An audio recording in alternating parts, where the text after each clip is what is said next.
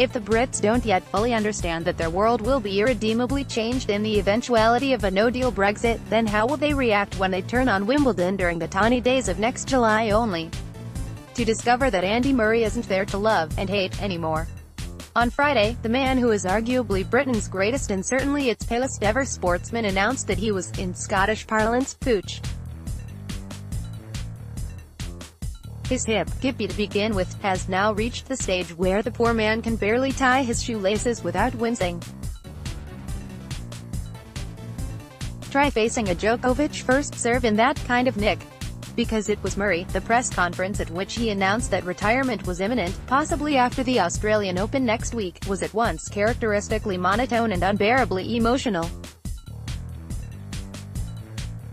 In his decade of mooching about at the elite end of men's professional tennis during a golden era for the sport, Murray has been prone to moments like this, speaking in professional sport auto-drone 1 second only to collapse into no warning fits of tears the next.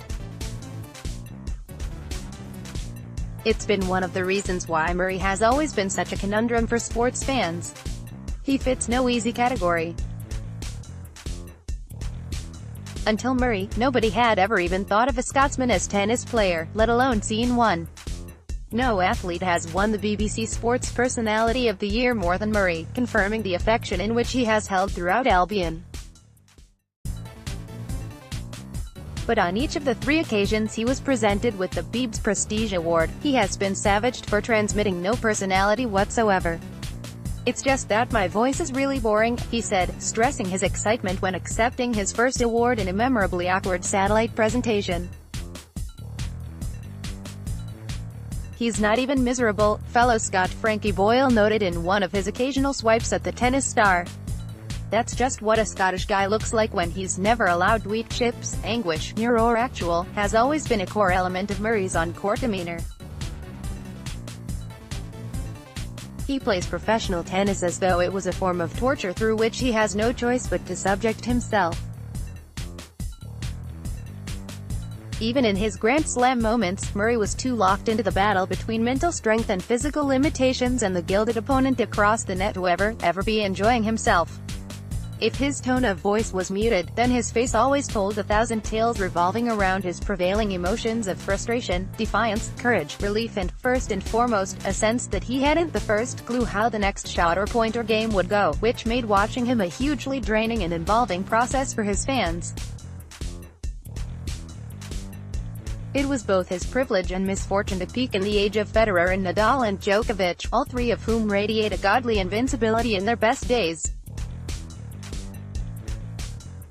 When Federer is in full flow, it's hard to imagine him doing anything but playing tennis, gliding around the court with impossible grace, looking expensive and sleek and born simply to elevate the game into a unique performance art. Murray looked like what he is, a hugely decent and emotional Scottish lad who somehow became brilliant at tennis through pure heart and perseverance. It's fitting that one of his most famous sequences is the Wimbledon semi-final second-set game against Federer in 2015. Andy Murray celebrates victory at Wimbledon in 2016. In the era of Federer, Djokovic and Nadal, the Scot still managed to claim Wimbledon glory twice.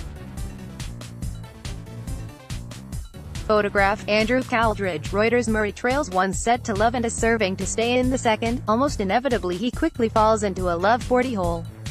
This is the quintessence of Wimbledon, the glamorous crowd, the sun shining and always the threat of something sinister about to happen to the plucky Briton playing his heart out before the partisan crowd. Murray claws his way back into it, and for a full 15 minutes, he is caught in this riveting stalemate when he can neither put the Swiss away with his own serve nor agree to relinquish it. He is less playing tennis than staving off disaster, pumping his fist, ranting at the sky, living on the edge of his nerves, while across the court, Federer just plays away, patient, light and unnervingly serene.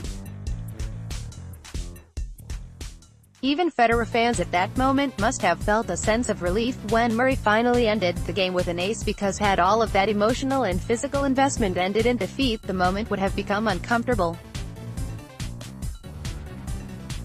As it transpired, Federer had the set won within 10 minutes of that show of defiance and claimed the semi-final in straight sets. Since 2003, Wimbledon has been dominated by Federer, who has won 8 championships and played a further 3 finals.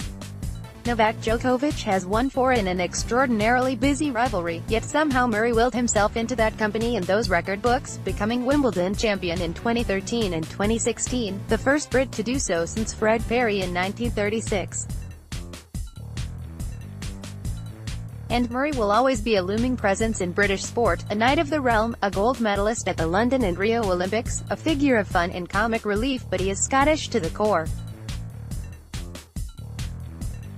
It's always been the best part of his story, that he somehow emerged from the fringes of the Trossachs and blithely ignored the absence of tennis culture as he worked demonically to improve himself until he could live with, and occasionally beat, the very best who have ever played the game.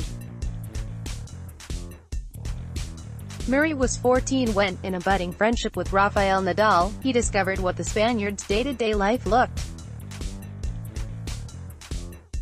Straight away, he was on the phone to his mum, railing that Nadal trained with Carlos Moyet, that he didn't even go to ordinary school. And what do I have to do? I have to play at the university with you and my brother. With that, he took himself out of Scotland into Spain to have a proper go. There has always been something cosmically balanced about the fact that Murray is from Dunblane, that he was a pupil at the local national school on the day of a shooting massacre that killed 16 children in 1996 and caused international shock. On the few occasions Murray has spoken of that tragedy, he has found it plainly distressing and difficult to articulate the depth of pain that people from the town experienced in the years and decades since. Murray's brilliance at tennis and his peak moments at Wimbledon have reflected something joyful and shining back on his hometown.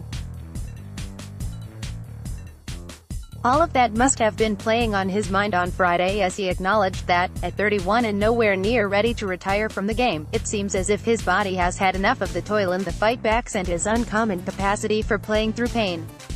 He offered a vain hope that he might somehow stumble through until next July so that he could appear at SW19 for one last time, even if it means a first-round exit in a straight-sets defeat. "That's where I would like to stop playing," he said. It sounded like a forlorn wish.